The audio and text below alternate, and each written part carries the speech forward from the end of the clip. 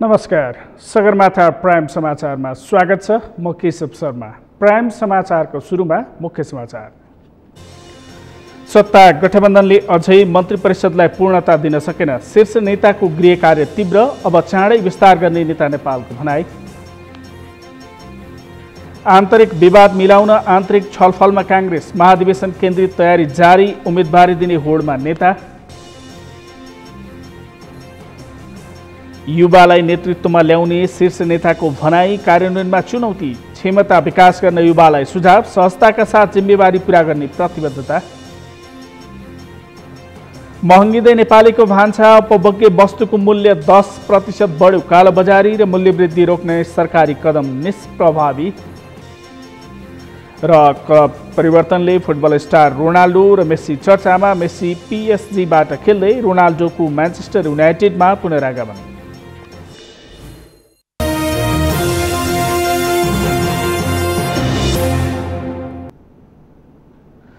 Sagarmatha prime समाचार अब विस्तारमा।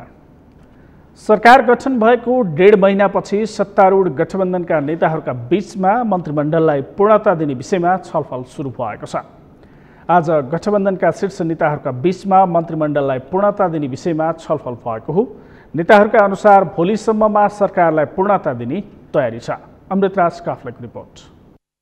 सरकार गठन भएको झण्डै 1.5 महिनासम्म मन्त्रीमण्डलले पूर्णता पाउन नसकेका बेला गठबन्धनमा रहेका नेताहरूका बीचमा आइतबार छलफल भएको छ।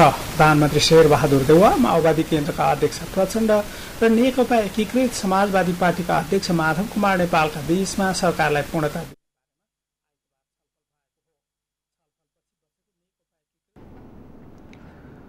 सत्तारूढ दल नेपाली कांग्रेसको महाधिवेशन नहुने अन्योलका बीचमा अब तोकिएको मितिमा अधिवेशन सुरु हुने निश्चित भएको छ।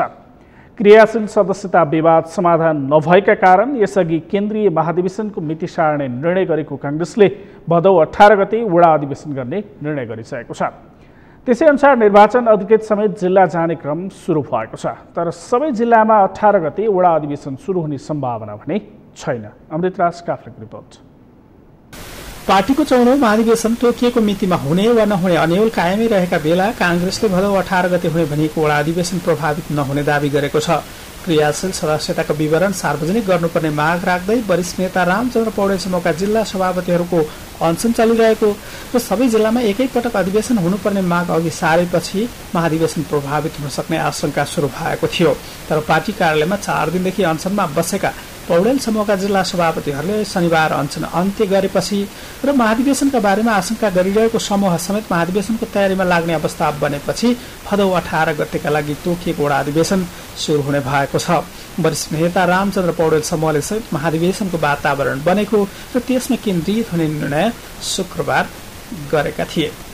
केन्द्र कार्य समितिले पनि अनुरोध गरिसकेको र निर्वाचन समितिले पनि सल्लाह गरेको कारणले गर्दाखेरि अब यो चाहिँ जुन भनौँ न हाम्रो चाहिँ संवैधानिक बाध्यता पनि छ र चाहिँ खास गरेर अब चाहिँ समयमै महाधिवेशन हामीले चाहिँ प्रारम्भ गर्नुपर्ने कारणले गर्दाखेरि यो 18 गतेको चाहिँ जुन डेट छ त्यो 18 गतेकै डेटमा यो चाहिँ भनौँ न अब 6743 वटा वडाहरूमा यो महाधिवेशनको चाहिँ अब चाहिँ यो चाहिँ अधिवेशनहरू चाहिँ प्रारम्भ गर्ने भएको छ। महाधिवेशनको प्रक्रिया सुरु हुने निश्चित भए पनि सबै जिल्लामा भदौ 18 गते नै अधिवेशन सुरु हुन भने नसक्ने देखिएको छ। आइतबारसम्म 53 वटा जिल्लाको मात्रै क्रियाशील सदस्यताको विवरण सार्वजनिक भएको छ। बाँकी रहेका 24 वटा जिल्लाको क्रियाशील सदस्यता विवरण सार्वजनिक हुन अझ 1-2 दिन लाग्न सक्ने समेत देखिएको छ। तर कांग्रेसको निर्वाचन समितिले भने 53 वटा जिल्लामा निर्वाचन अधिकृत तोकेर पठाइसकेको छ। निर्वाचन निर्देशिका समेत पारित गरेर कांग्रेसले निर्वाचन अधिकृत जिल्लामा पठाएको भए पनि क्रियाशील सदस्यता विवाद कायम रहेका 24 वटा जिल्लामा भने अहिलेसम्म अधिकृत हटाउन सकिएको छैन। महाधिवेशनको प्रक्रिया सुरु हुन झण्डै 1 साता मात्रै बाँकी रहेका बेला क्रियाशील सदस्यता विवरणले अन्तिम रूप नपाउँदा कतिपय जिल्लामा भदौ 22 गतेसम्म वडा अधिवेशन सुरु गर्ने कांग्रेसको आन्तरिक तयारी छ।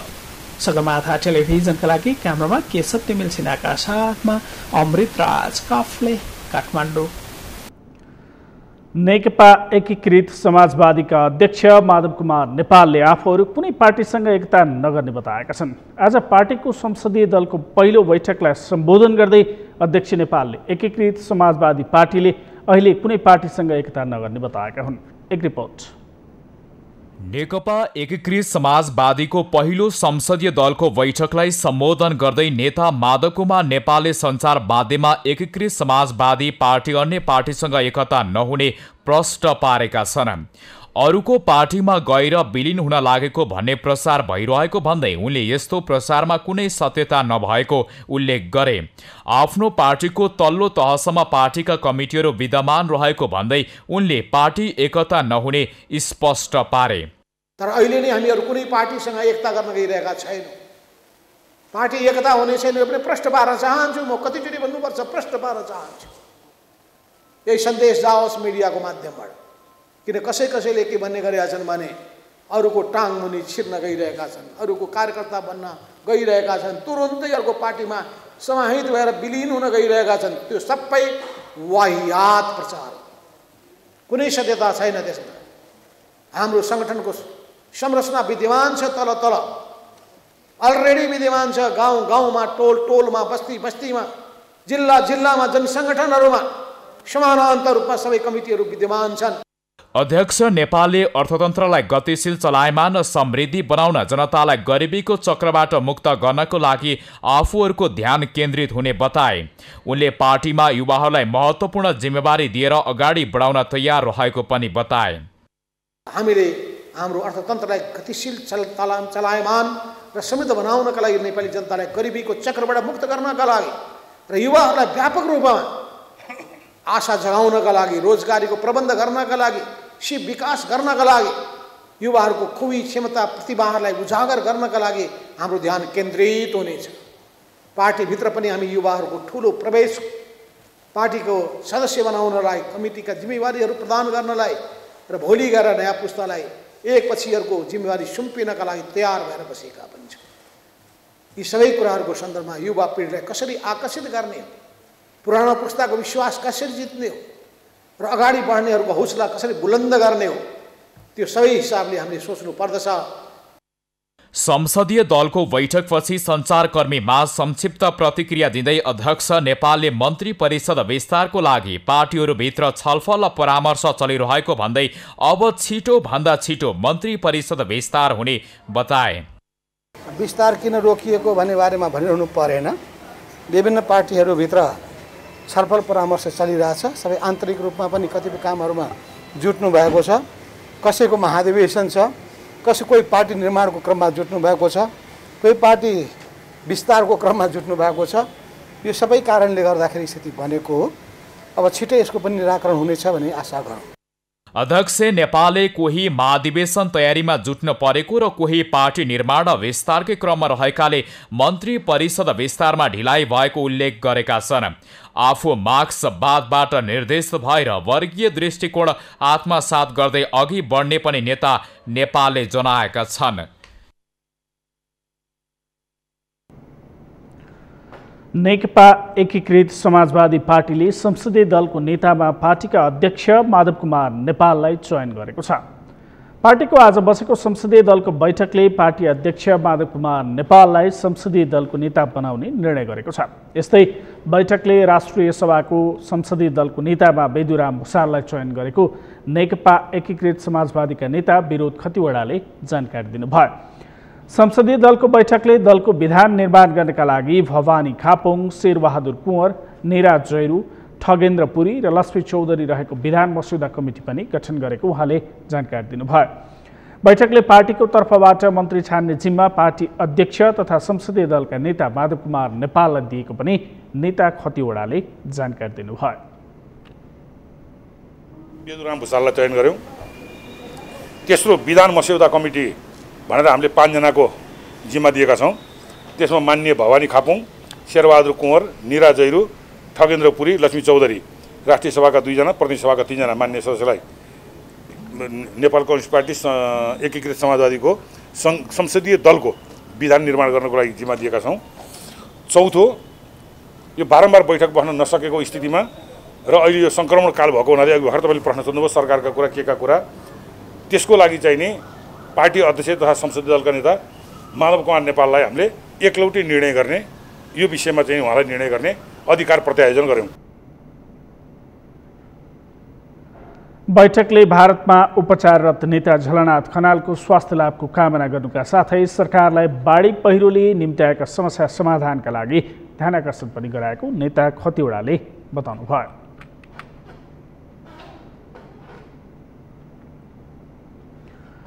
दिगो विकास तथा सुशासन समितिले दिगो विकास लक्ष्यसँग सम्बन्धित सूचकहरूलाई उच्च प्राथमिकता दिई कार्य गर्न सरकारलाई निर्देशन दिएको छ। आइतबार सिंहदरबारमा बसेको समितिको बैठकले दिगो विकास लक्ष्यसँग सम्बन्धित सूचकहरूलाई उच्च प्राथमिकता दिई कार्य गर्न सरकारलाई निर्देशन दिएको हो। एक रिपोर्ट। दिगो विकास तथा सुशासन समितिले विषयगत मन्त्रालयले दिगो विकास लक्ष्यबारे गरेको प्रगति र चुनौती तथा समाधानका उपायहरूबारे छलफल र अनुगमन गर्न आवश्यक रहेको औलाएको छ। समितिले दिगो विकास लक्ष्य हासिल गर्न प्रदेशसँग सहकार्य गरिनुपर्ने र दिगो विकास लक्ष्यलाई स्थानीयकरण गरी स्थानीय तहको भूमिकालाई प्रभावकारी बनाउनु पर्ने निर्णय पनि गरेको छ। समितिले 3वटा तहसँग समन्वय गरी दिगो विकास लक्ष्य प्राप्तितर्फ पहल गर्ने निर्णय समेत गरेको समितिकी सभापति तारा देवी भट्टले जानकारी दिन्। हामीले नम्बर 1 हामीले विषयगत मन्त्रालयहरूले दिगो विकास लक्ष्यबारे गरेको प्रगतिबारे र चुनौती तथा समाधानका उपायहरूबारे छलफल र अनुगमन गर्नु जरुरी छ। त्यसैले दिगो विकास लक्ष्यसँग सम्बन्धित सूचकहरूलाई उच्च प्राथमिकता दिई कार्य गर्न यो समिति नेपाल सरकारलाई निर्देशन दिन्छ र चरणबद्ध रूपले समितिले अनुगमन पनि गर्नेछ।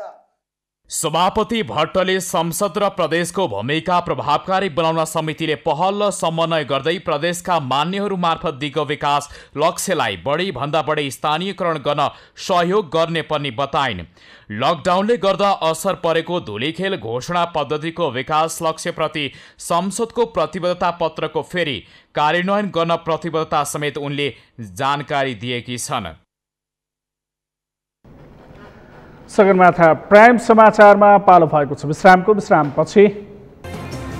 नेपालमा कोरोना संक्रमण मुक्त हुनेको संख्या बढ्यो। आज 2260 निको भए, 1214 थपिए, 24 जनाको मृत्यु।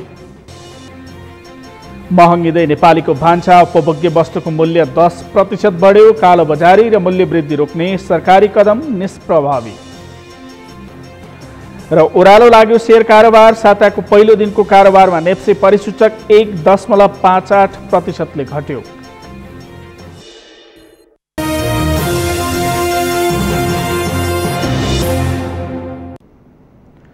विश्रामपछि सगरमाथा प्राइम समाचारमा स्वागत छ। अब बाँकी समाचार। नेपालमा पछिल्लो 24 घण्टामा थप 1214 जनामा कोरोना भाइरस संक्रमण पुष्टि भएको छ। यो अवधिमा 2260 जना संक्रमित निको भएका छन् भने 24 जना संक्रमितको मृत्यु भएको छ। समीर जोशीको रिपोर्ट। लगातार तेस्रो दिन आज आइतबार पनि कोरोना संक्रमण पुष्टि हुने भन्दा निको हुनेको संख्या धेरै भएको छ। नेपालमा पछिल्लो 24 घण्टामा 1214 जनामा कोरोना भाइरस संक्रमण पुष्टि भएको छ। स्वास्थ्य तथा जनसङ्ख्या मन्त्रालयका अनुसार देशभरका विभिन्न प्रयोगशालामा गरिएको 7259 जनाको PCR परीक्षणमा 1214 जनामा संक्रमण पुष्टि भएको हो। त्यसैगरी 3038 जनाको एन्टिजन विधिबाट गरिएको परीक्षणमा 174 जनामा कोरोना पुष्टि भएको छ। पछिल्लो 24 घण्टामा नमुना परीक्षण गरिएका मध्ये 13.47% संक्रमण देखिएको हो। आज थपिएका सहित नेपालमा कोरोना संक्रमण पुष्टि हुनेको संख्या 8,42,193 पुगेको छ। पछिल्लो 24 घण्टामा थप 24 जनामा कोरोना संक्रमितको मृत्यु भएको छ। यो सहित नेपालमा कोरोना संक्रमणका कारण ज्यान गुमाउनेको संख्या 10,714 पुगेको छ। सोही अवधिमा मुलुकका विभिन्न अस्पतालबाट 2260 जना कोरोना संक्रमण मुक्त भएको मन्त्रालयले जानकारी दिएको छ।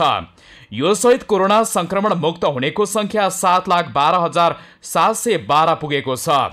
मन्त्रालयको तथ्याङ्क अनुसार अहिले मुलुकभर 35,796 जना सक्रिय संक्रमित रहेका छन्। सक्रिय संक्रमित मध्ये 625 जनाको आइसियु र 167 जनाको भेन्टिलेटरमा उपचार भइरहेको छ। सगरमाथा टेलिभिजनका लागि समीर जोशी, काठमाडौँ। इन्धनको मूल्य वृद्धिको बहानामा उपभोग्य वस्तुको औसत मूल्य वृद्धि दर 10% बढेको छ। पछिल्लो समय व्यापारीले विभिन्न बहानामा तरकारी तथा अन्य दैनिक उपभोग्य वस्तुको मूल्य बढाउँदा पनि सरकारी निकाय मौन देखिएका छन्। जीवन राणा भाटको रिपोर्ट। यी हुन् ललितपुरकी सरिता चौलागाई। अहिले काठमाडौँ महानगरपालिका 10 भीमसेन गोला नयाँ बानेश्वरमा 4 जनाको परिवारसहित घर भाडामा बस्छिन्। केही महिना अघिसम्म 150 रुपियाँमा खाने तेल किनेकी उनले अहिले 270 सम्म तिर्दा आक्रोशित छिन्। तेल मात्र होइन, अहिले उपभोक्ताले दैनिक उपभोग गर्ने वस्तुको मूल्य अस्वाभाविक बढेको छ। घर भान्सामा दैनिक प्रयोग हुने खाने तेल, चामल, तरकारी, माछा, मासु, गेडागुडी लगायतका खाद्यान्न सामग्रीको मूल्य वृद्धिका कारण उनीहरूको भान्सा महँगो भएको छ। पहिलाको र अहिलेकोमा त धेरै वृद्धि भएको हो। मूल्याङ्कन त अब रासन पानी सबभन्दा महँगो तेलमै हो। अब चामलमा पनि बढ्दाखेरि 150 बढ्छ। अब हामीलाई मर्का त हामीलाई छ नि, दुःख गरी खानेलाई त मर्का छ। अब माथिबाटै उ गरेर पठायो भने बेच्ने व्यवसायहरूले पनि त्यही अनुसारले बेच्ने हो। उहाँहरूले चाहिँ डबल लिन्छु भन्ने हिसाबले बेच्नु भएको होइन। माथिबाटै त्यस्तो भएर आएपछि उहाँहरूले बेच्नु पर्यो। गरेर खाने बाटो यही हो उहाँहरूको नि। हामीलाई पनि 2-4 पैसा भयो नि घटी भयो भनेदेखि हामीलाई पनि मर्का हुँदैन थियो। अब आकाशीय छ नि मूल्य त। झन् मूल्य त वृद्धि हुँदैछ। अब घट्ने त कुरो हुँदैन, बढ्ने मात्र कुरो हुन्छ। घट्यो भने त्यही 20-25 रुपियाँ घट्ला, बढ्दाखेरि 21 रुपियाँ हातै बढ्छ। पहिला हामीले 150 लिटरको पर्थ्यो भने अहिले 250, 100, 150 बढिरहेको छ नि त्यो खानेतेलमा त। केही महिना अघिसम्म प्रति लिटर 150 पर्ने खानेतेल अहिले 270 रुपियाँसम्म पुगेको छ। 1550मा कारोबार हुने चामल अहिले प्रति बोरा 1750 पुगेको छ। दाल 30% सम्म बढेको व्यापारीको भनाइ छ। अहिले यतिखेर हरेक चिजकै बढेको छ। मुख्य कुरा 1 नम्बरमा तेल त डबलै भएको छ हजुर।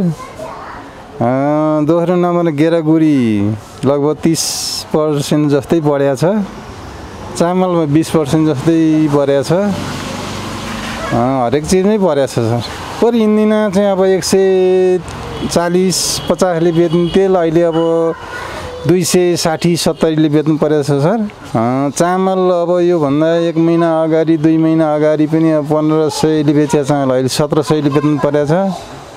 गेडागुडी अब त्यस्तै अब 100, 110, 120ले बेच्ने दाल अब 140, 150 पुगेको छ सर। महँगी बढ्दा पनि सरकारले बजार अनुगमनलाई प्रभावकारी बनाउन सकेको छैन। खानेतेल, घिउ, दाल, तरकारी, गेडागुडी तथा फलफुल जन्य वस्तुको मूल्य करिब 20%ले वृद्धि भएको छ। सरकारले पटक पटक पेट्रोलियम पदार्थको मूल्य वृद्धि गर्दा व्यापारीहरूलाई मूल्य बढाउने बहाना भएको छ। सरकारले बजारलाई कडाई गर्न नसक्दा पनि बजार भाउ आकाशिएको उपभोक्तावादीहरूको आरोप छ। सरकारको बजारमा प्रभावकारी रूपमा उपस्थित नहुँदाखेरि बजारमा अहिले पछिल्लो चरणमा अत्यावश्यक वस्तु र सेवाहरूको मूल्य वृद्धि भइरहेको छ। त्यसले सर्वसाधारण नागरिकको दैनिक जीवन कष्टकर बन्दै गइरहेको छ। सरकारले जुन मानेमा बजार अनुगमन नियमनलाई कडाइका साथ अघि बढाउनु पर्ने थियो, अखाद्य वस्तुहरूको उत्पादन बेचबिखन गर्ने व्यक्तिहरूलाई कडाइका साथ कारबाही गर्नुपर्ने थियो र मूल्य वृद्धि गर्ने व्यक्तिहरू विषयलाई कानुनी कठघरामा उभिनु पर्ने थियो। नहुँदाखेरि बजारमा अराजकता बढ्दै गएको अवस्था छ। व्यापारीले विभिन्न बहानामा तरकारी तथा अन्य दैनिक उपभोग्य वस्तुको मूल्य अचाकली बढाउँदा पनि सरकारी निकाय भने मौन देखिएका छन्। बिचौलियाहरू हावी भएर तरकारी तथा अन्य उपभोग्य वस्तुहरूको मूल्य अस्वाभाविक रूपमा वृद्धि गरेर कालो बजारी हुँदा समेत सरकारी निकायले सशक्त रूपमा अनुगमन गर्न नसकेको गुनासो बढ्दो छ। महँगी नियन्त्रण हुन नसक्दा वाणिज्य तथा आपूर्ति मन्त्रालय र मातहतका वाणिज्य विभागको भूमिकामाथि नै प्रश्न सिर्जना भएको छ। चाहिँ वाणिज्य आपूर्ति तथा उपभोक्ता संरक्षण विभागले नियमित रूपमा मूल्य तथा गुणस्तर लगायत का विषयवस्तु केन्द्रित भएर नियमित रूपमा बजार अनुगमन गरिरहेको छ। जति बेला बजारमा किनबेच र ट्रेडिङ चाहिँ बढ्छ त्यति बेला हामीले हाम्रो अनुगमन पनि बढाउँछौँ र अरू बेला पनि हामी 365 दिन नै सार्वजनिक विधा बाहेक नियमित रूपमा हाम्रो बजार अनुगमन हुन्छ र यहाँले उल्लेख गर्नुभएको मूल्य केन्द्रित विषयमा सम्बन्धित उत्पादक तथा पैठारीकर्ताले निर्धारण गरेको वस्तु तथा सेवाको मूल्य जायज हो कि नजायज हो उसले न्यून गुणस्तरको वस्तुलाई उच्च गुणस्तरको भनेर बढी मूल्य लिएको छ कि कम लागतलाई बढी लागत लाग्यो भनेर बढी मूल्य कायम गरेको छ कि राज्यले तोकेको 20% भन्दा बढी मुनाफा खाएको छ कि भन्ने अवस्थामा शङ्का लाग्यो भने त्यस्तो किसिमको चाहिँ अनुचित व्यापारिक क्रियाकलापले त्यो मैले भने जस्तो गरेर गरेको रहेछ भने बल्ल हामी उपभोक्ता संरक्षण ऐन 2075 भन्ने कारबाही गरिरहेका छौँ।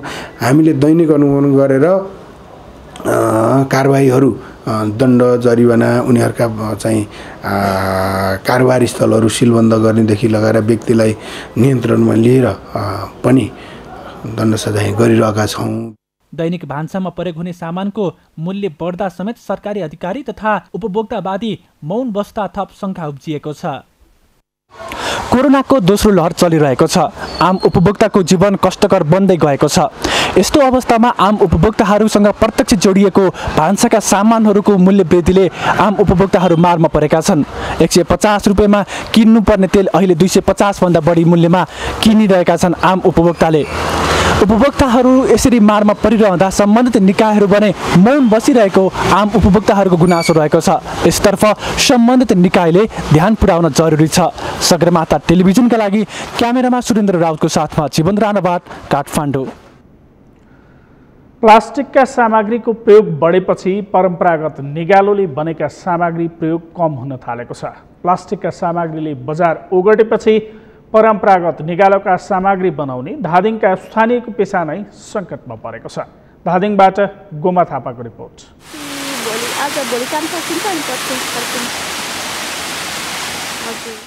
यो धादिङको उत्तरी क्षेत्रमा पर्ने तावेल गाउँ हो।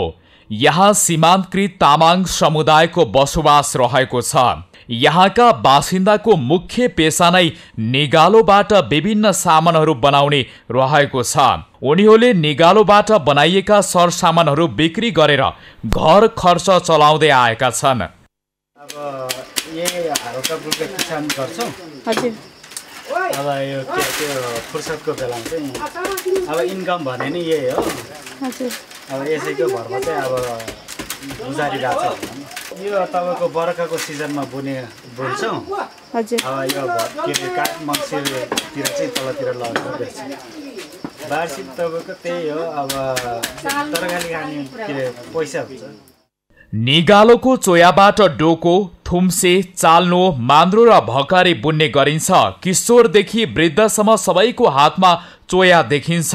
रोजगारीको अन्य विकल्प नभएकाले मेहनत अनुसारको मूल्य नपाए पनि डोको थुम्से बुन्ने काम यहाँका स्थानीयले गर्दै आएका छन्। आम्दानी अब त्यस्तै हो। अब हामीले बुने अनुसारको काम अनुसारको भाउ पाउँदैन। त्यस्तो काम अनुसारको भाउ पाउँदैन। अब जस यो अब हाम्रो काम नभएर नै अब यो गरिरहेको हो। हामी अर्कै कामहरू पायो भने हामी अर्कै काम गर्ने विचार थियो। प्रभाव चाहिँ परेको छ सर। अब सस्तमा भयो नि दिए नै हामीलाई प्रायः जस्तो गाडी जान पाएको छैन होइन। अब खास सस्तमा दियो भने नि गाडी जान नखोलेको कारणले गर्दा अब प्रायः हामीले बुनेकै घरमै थन्किरहेको। चोयाबाट उत्पादित सामानहरू काठमाडौँ, पोखरा, चितौन जिल्लाको सदरमुकाम धादिङ, बेसी लगायतका सहरहरूमा निर्यात हुने गर्दछ। चोया काट्न प्रयोग गरिने निगालो आफ्नै बारीमा उत्पादन हुन्छ। जन्मिएदेखि घर र छर छिमेकमा देखिएको एकमात्र पेसा भएकाले हुनसक्छ यहाँका बालबालिकाहरूमा समेत यही पेसामा छन्।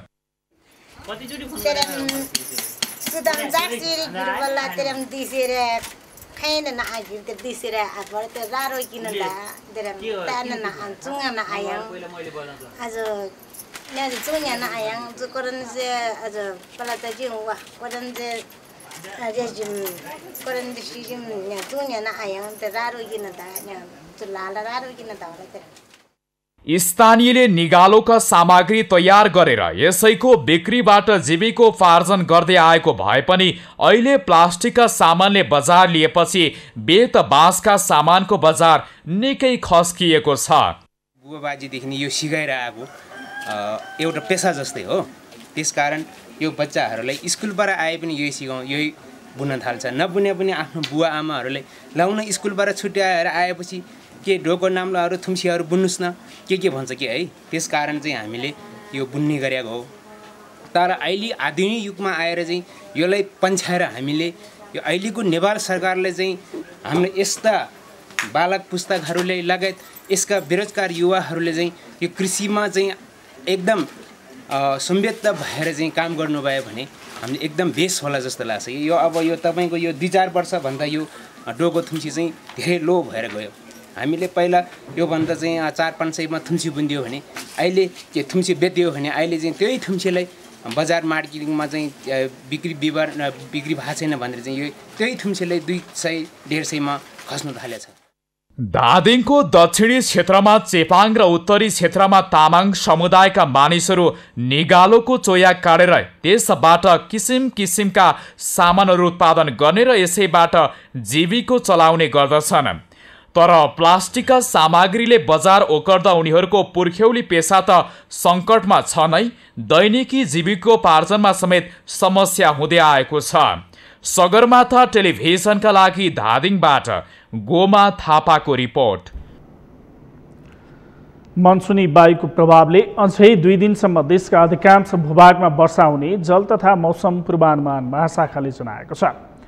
महाशाखाका अनुसार अहिले देशभर सामान्यदेखि पूर्ण बदली रही अधिकांश स्थानमा हल्कादेखि मध्यम वर्षा भइरहेको छ। मनसुन सक्रिय भएसँगै बिहिबारदेखि जारी वर्षा कम्तीमा सोमबारसम्म कायमै रहने मौसमविद प्रतिभा मानन्दरले जानकारी दिनुभयो। तराईको भूभाग नजिकै रहेको न्यूनचापीय रेखा तल नझरेसम्म मौसम नखुल्ने मानन्दरको भनाइ छ। 2 दिन यता यो वर्षकै धेरै वर्षा मापन गरिएको मौसमविदहरूले जनाएका छन्।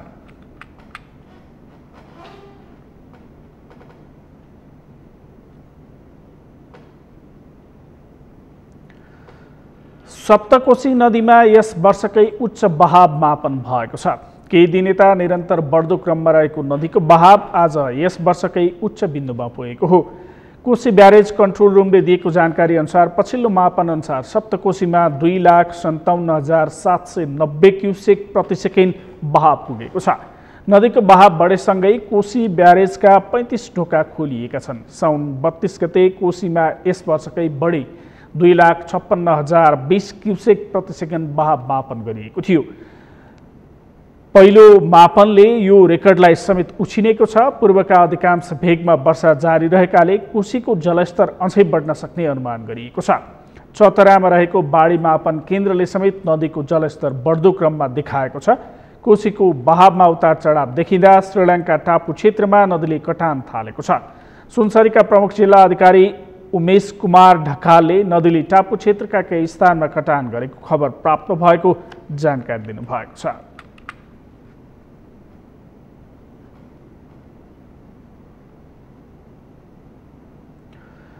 तनहुँमा बाघको छालासहित 3 जनालाई प्रहरीले पक्राउ गरेको छ।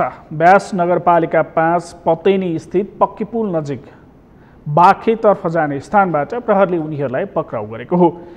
उनीहरूका साथबाट प्रहरीले बाघको छाला, खप्पर लगायत शरीरका विभिन्न अङ्गका हड्डी बरामद गरेको जनाएको छ। एकान्त स्थानको चोकमा शङ्कास्पद गतिविधि गरिरहेका उनीहरूलाई स्थानीय जनप्रतिनिधि तथा स्थानीयको रोहबरमा नियन्त्रणमा लिई खानतलासी गर्दा उनीहरूको साथबाट बाघको छाला, दाँत, हड्डी र खप्पर लगायतका वस्तु बरामद गरेको प्रहरीले जनाएको छ।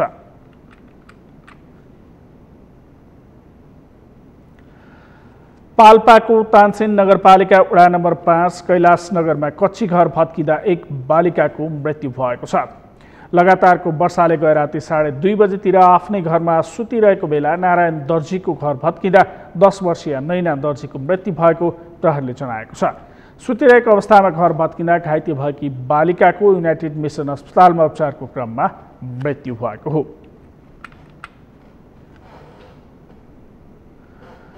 काभ्रेमा अविरल वर्षाका कारण बाढी पहिरोको जोखिम बढेको छ। शनिबार रातिदेखि परेको पानीले 5 खाल 3 पिप्लेमा पहिरो खस्दा अरण्यको राजमार्ग केही बेर अवरुद्ध भएको थियो। बीपी राजमार्गमा रोसी गाउँपालिका वडा नम्बर 7 मा पहिरो खस्दा काठमाडौँबाट जनकपुर जाँदै गरेको J8 प 7409 नम्बरको मोटरसाइकलमा सवार 2 जनामध्ये बीपी राजमार्गमा गएको पहिरोका कारण दुर्घटना हुँदा 1 जनाको उपचारका क्रममा मृत्यु भएको छ।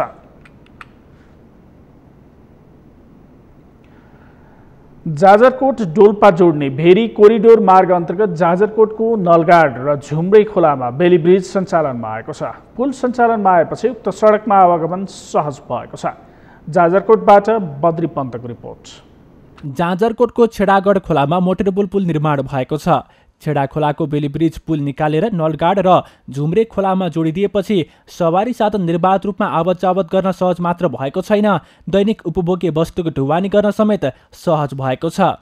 नलगाड खोला र झुम्रे खोलामा बेली ब्रिज पुल निर्माण भएपछि जाजरकोटको कालीमाटी दल्ली हुँदै तल्लु बगरसम्म सडक सञ्जालले जोडिएको छ। पुल बनेपछि यात्रुवाहक सवारी साधन निर्बाध रूपमा आवत जावत गर्न तथा दैनिक उपभोग्य वस्तुको आपूर्तिमा सहज भएको छ।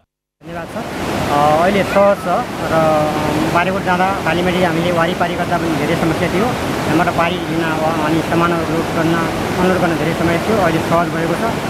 यो अहिले बनेको पुलले हामीलाई धेरै सहज छ। यहाँको बासिन्दाहरूको बारीकोटको पुरै गाउँपालिका बारीकोट पुरै गाउँपालिका र यो नलगाडको लगभग पुरै वडाहरूमा सहज छ। पुल बनेदेखि हामी व्यापारीहरूलाई अथवा हामी यातायात सेवालाई बाइक गाडीहरू आवत जावत गर्नको लागि एकदम सहज भएको छ र हामीलाई बारीकोट जाँदा यहाँबाट डोल्पासम्मको लागि पनि निकै सामान ढुवानी गर्नलाई सहज भएको छ।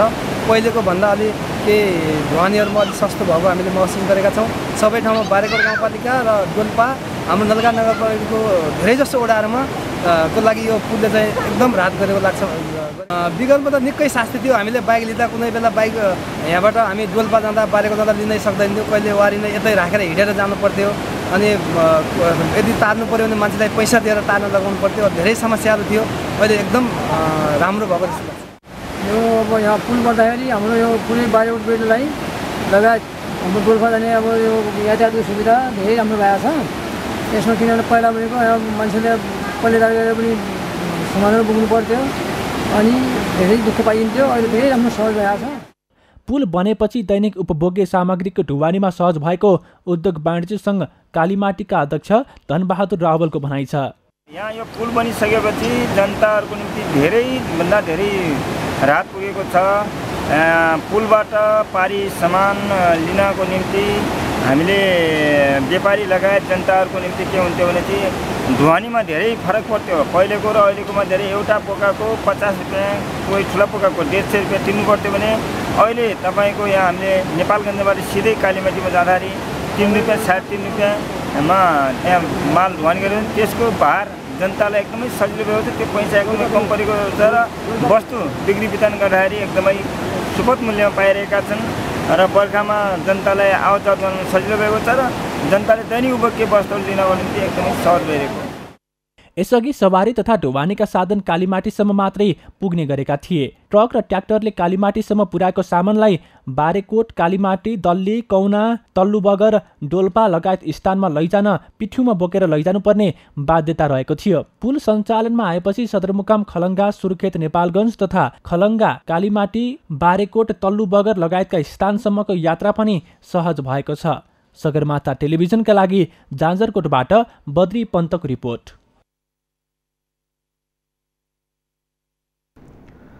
सङ्घीयता कार्यान्वयनसँगै गाउँमा पुगेको भनिएको सिंहदरबारको अधिकार, सेवा र सुविधा म्याग्दीका नागरिकले अझै व्यवहारमा महसुस गर्न पाएका छैनन्। सर्वसाधारणसँग नजिकको सम्बन्ध र सरकार राख्ने वडा कार्यालय नै सदरमुकामबाट सञ्चालन हुँदा नागरिकलाई शास्ति भएको छ। म्याग्दीबाट सन्तोष गौतमको रिपोर्ट। म्याग्दीका 45 मध्ये 3वटा वडा कार्यालय स्थानीय तह कार्यान्वयन भएको 4 वर्ष बितिसक्दा समेत आफ्नो भूगोलभन्दा बाहिर सदरमुकामबाट सञ्चालन भइरहेका छन्। बेनी नगरपालिकाको वडा नम्बर 6 र रघुगङ्गा गाउँपालिकाको वडा नम्बर 8 वडा कार्यालय बेनी घाट चलेको छ। धौलागिरी गाउँपालिकाको 5 नम्बर वडाका नागरिक सेवा लिनको लागि अध्यक्षको घर भएको पर्वतको जलजला गाउँपालिकाको बगरफाँट पुग्नुपर्छ। जनप्रतिनिधिहरूले आफ्नो स्वार्थको लागि सम्बन्धित ठाउँमा कार्यालय सञ्चालन नगर्दा नागरिकलाई शास्ति र भाडाको नाममा अनावश्यक व्ययभार थपिएको छ। व्यक्तिगत रूपमा, सामूहिक रूपमा र पार्टीगत रूपमा 3 किसिमबाटै उनलाई वडा अध्यक्षज्यूलाई चाहिँ यहाँ अफिस राख्नुपर्छ, अर्थिङमा वडा कार्यालय भनेर दबाब दिइरहेका हुन्। तर उहाँले चाहिँ मेरो कार्यकालमा गइन, माथि अर्थिङ सडिन भनेर उनले आफ्नो पाएको पर्ने ठाउँमा नै बसेर अहिलेसम्म पनि कार्यालय चलाइरहेका छन्। उनी कसैले भनेर मान्नेवाला मान्छे नै होइन। ओडाका जनप्रतिनिधि नियमित गाउँमा नबस्दा व्यक्तिगत घटना दर्ता सिफारिस लगायतका कामका लागि महँगो गाडी भाडा खर्च गरेर सदरमुकाम पुग्न बाध्य छन्। सहजीकरण नहुँदा विकास निर्माणका योजना सञ्चालन गर्न समस्या भएको छ। विशेष गरेर ज्येष्ठ नागरिक, अशक्त, अपाङ्ग, बालबालिकालाई झन्झट र शास्ति भएको छ। दुःखनीय जीवनहरू छ नि, विभिन्न नगरपालिका छ, बाबा आमा बुढापाकाहरू जस्तो लट्ठी टेकेर हिँड्न नसकिने अवस्थाको मान्छेहरूलाई हामी ओडाको काम गऱ्यो भने सानो काम गर्दा नि हाम्रो बाबा आमालाई हामीले बोकेर लाने कि गाडीमा लाने कि 100-200 भाडा दिने त्यो पनि नहुन सक्ने अवस्था हुन्छ। हामी जस्तो बेरोजगारी मान्छेहरूको होइन, त्यो पनि हुन्छ। अब त्यस्तो अवस्था हुँदै गर्ने क्रममा के कारणले ढिला भइरहेको छ। 69 लाख रुपियाँ खर्चेर मलकवानमा कार्यालय भवन बनाए पनि ओडा सचिव गाउँमा र अध्यक्ष खर्क कुमारी छन्त्याल धेरैजसो बेनीमा बस्दा तालमेल मिलेको छैन। रितुङ माविको भवनको एकवटा कोठामा कार्यालय राखिएको कुइने मङ्गलका वडा अध्यक्ष गमान छन्त्याल जनतालाई आफ्नो कारणले दुःख नदिएको दावी गरेका छन्। बेनीमा मासिक 13,750 रुपियाँ भाडा तिरेर सम्पर्क कार्यालय राखेको बेनी नगरपालिकाको वडा नम्बर 6 को अर्थुङ्गेमा निर्माणाधीन भवन जनप्रतिनिधिले नै रुचि नदेखाएकाले अल्पत्र परेको स्थानीयले गुनासो गरेका छन्। दबाबै धेरै अब यहाँ थपना भयो पर्छ, यहाँ नबनाए जनतालाई मर्का छ। यहाँ के छ त भने बल्ल कपडा छ, सबभन्दा यो छ हातै हाल्नु हुन्न, हातले सम्पन्न हुनुपर्छ। त्यो सम्पन्न हुने एम्बिसन छैन, जे गरे नि हुने। हालसम्म 50 लाख भन्दा बढी खर्च भएको बेनी नगरपालिका 6 को कार्यालयको पहिलो तला ढलान र फाउन्डेसन तयार भएको छ। 2076 देखि सुरु भएको भवनको कोठा विभाजन, प्लास्टर, रङ रोगन, फर्निचर, विद्युत, पानी जडान गरेर कार्यालय सर्ने तयारी सहित 15 लाख रुपियाँ बजेट विनियोजन गरेको जनप्रतिनिधिहरूले बताएका छन्। वडा कार्यालय सबै सामग्रीहरू सबै उही राखेको छ। जहाँसम्म भवन बन्ने कुरा, भवनको लागि कर्मागत बजेट हो, यस सालको बजेटले भवन पूर्ण हुन्छ। हामीले बजेट विनियोजन भएको छ नगरपालिकाबाट। विशेष गरेर यो क्षेत्रगत रूपले 2टा वडालाई जोडेको तल्लो बेलका वडाका तल्लो बेलका नागरिकहरू विशेष गरेर माथि जान असहज पनि हुने र भोलि चाहिँ नागरिकलाई बेनीमा आएर काम गरेर डकुमेन्टहरू सानसानो बिग्रियो भने पनि घरिघरि फलोअपमा अर्थुङ्गे जान अभाव हुने कारणले भोलि पनि तपाईँको यहाँ सम्पर्क कार्यालय भोलि पनि बस्छ जस्तो मलाई लाग्छ भोलिको दिनहरूमा नि। तर कार्यालय सम्पन्न भएपछि हाम्रो कार्यालय हामीले त्यहाँ गएर स्थापना गर्ने कुरामा यो कन्फर्म छ, हामीलाई समस्या छैन। सर्वसाधारणलाई सङ्घीय शासन व्यवस्थाको अनुभूति दिलाउन सम्बन्धित भूगोलमै रहेर सेवा दिन जनप्रतिनिधि जिम्मेवार र जवाबदेही बन्नुपर्ने देखिन्छ। सगरमाथा टेलिभिजनका लागि म्याग्दीबाट सन्तोष गौतमको रिपोर्ट।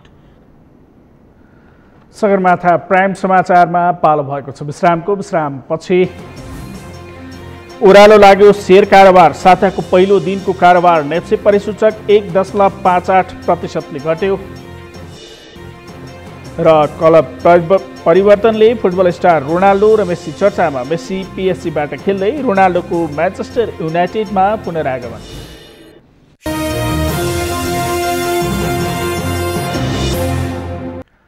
सगरमाथा प्राइम समाचारको अन्त्यमा मुख्य समाचार फेरि एकपटक। सत्ता गठबन्धनले अझै मन्त्री परिषदलाई पूर्णता दिन सकेन। शीर्ष नेताको गृह कार्य तीव्र, अब चाँडै विस्तार गर्ने नेता नेपालको भनाई। आन्तरिक विवाद मिलाउन आन्तरिक छलफलमा कांग्रेस। महाधिवेशन केन्द्रित तयारी जारी, उम्मेदवारी दिने होडमान नेता। युवालाई नेतृत्वमा ल्याउने शीर्ष नेताको भनाई कार्यान्वयनमा चुनौती। क्षमता विकास गर्न युवालाई सुझाव। सहजताका साथ जिम्मेवारी पूरा गर्ने प्रतिबद्धता। महँगिँदै नेपालीको भान्सा। उपभोग्य वस्तुको मूल्य 10% बढ्यो। कालोबजारी र मूल्यवृद्धि रोक्ने सरकारी कदम निष्प्रभावी। र क्लब परिवर्तनले फुटबल स्टार रोनाल्डो र मेस्सी चर्चामा। मेस्सी पीएसजीबाट खेल्दै रोनाल्डोको म्यान्चेस्टर युनाइटेडमा पुनरागमन। हवस् त सगरमाथा प्राइम समाचार अहिलेलाई सकियो। तपाईँ समाचार बुलेटिनका साथै सगरमाथा टेलिभिजनका सम्पूर्ण कार्यक्रम www.sagarmatha.tv मा पनि पढ्न र हेर्न सक्नुहुनेछ। साथै युट्युबमा youtube.com सगरमाथा टिभी नेपालमा हेर्न सक्नुहुनेछ। हामीलाई फेसबुकमा पनि facebook.com/stb नेपालमा फलो गर्न सक्नुहुनेछ। समाचारको शिखर, नेपालको गौरव, नेपालको पहिलो न्युज च्यानल सगरमाथा टेलिभिजन हेर्दै गर्नुहोला। नमस्कार।